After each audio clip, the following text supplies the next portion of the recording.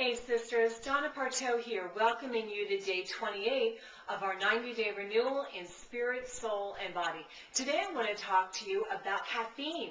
Caffeine is a drug.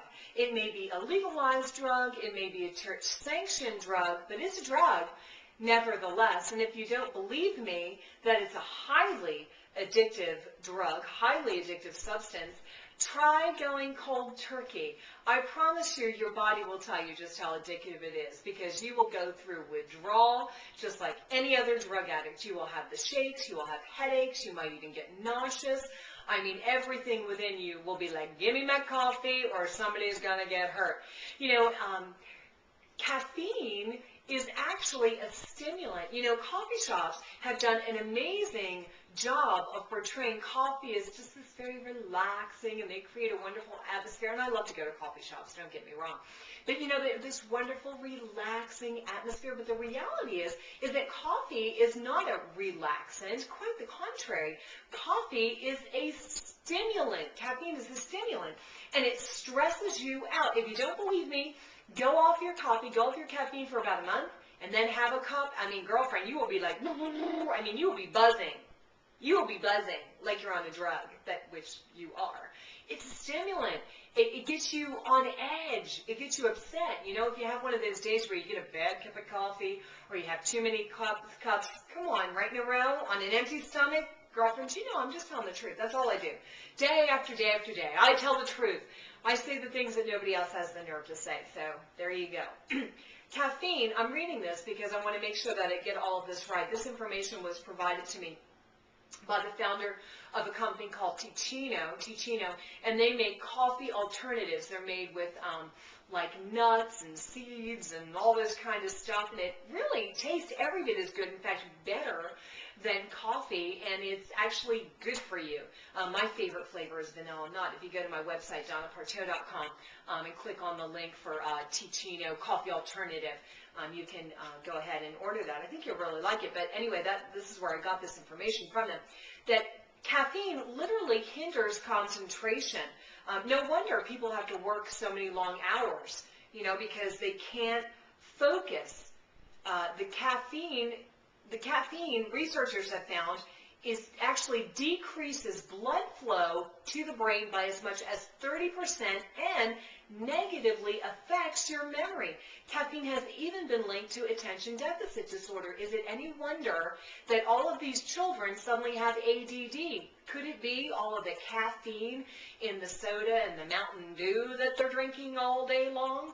I really believe that. Caffeine lowers your immunity.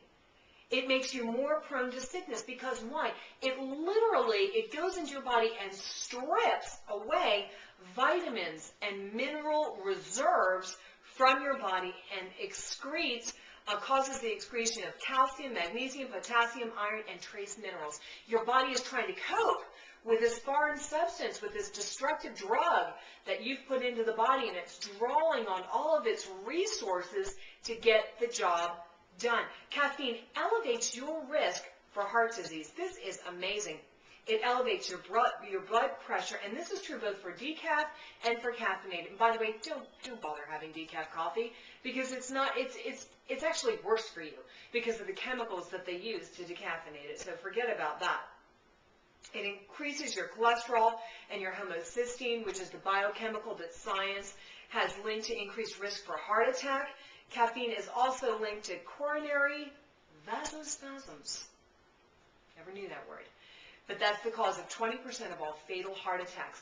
Caffeine leads to weight gain. Oh, I know I've got your attention now, girlfriend. Yes, it does. You want to know why?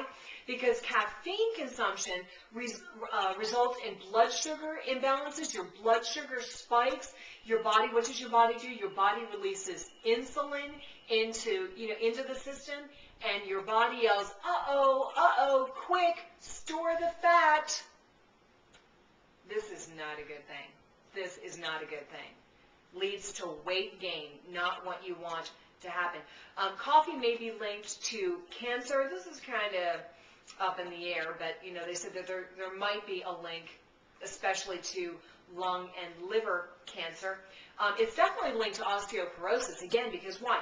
It leaches calcium Proven. It leaches calcium out of your bones, making you more vulnerable to osteoporosis. It's been linked to kidney stones, and I hear that's like the most painful thing. I mean, it's worse than childbirth, and all you get at the end of it is a little kidney stone that they might put in a jar, so I'm not liking that. It's linked to stomach upset. Now, I know that just from myself. I drink coffee, and right away, I've got an upset stomach.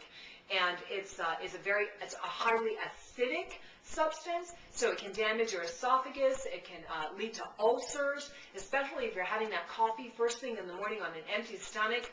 Not good. It's been linked to reflux and all these terrible things. Female health complications, fibros, cystic breast disease, PMS, infertility problems, miscarriage, low birth rate, menopausal problems such as hot flashes, all exacerbated by caffeine. I'm just not liking this idea of caffeine. Can lead to premature aging because it's a toxic substance, and your body has to do the work of trying to detoxify, and it's a drain on the system. Oh my heavens, what more do I need to tell you? Caffeine is so bad for you.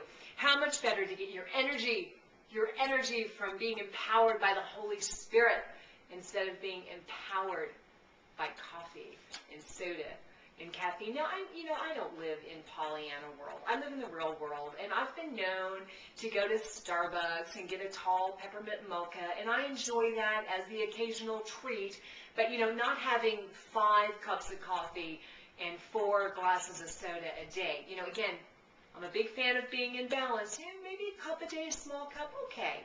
But, a pot a day, probably, in fact, definitely not a good idea. So it's a challenge, and what you can do is try that Ticino. Maybe in the beginning they say, do you have coffee, have Ticino, and wean yourself off, and it's really just a great alternative for you.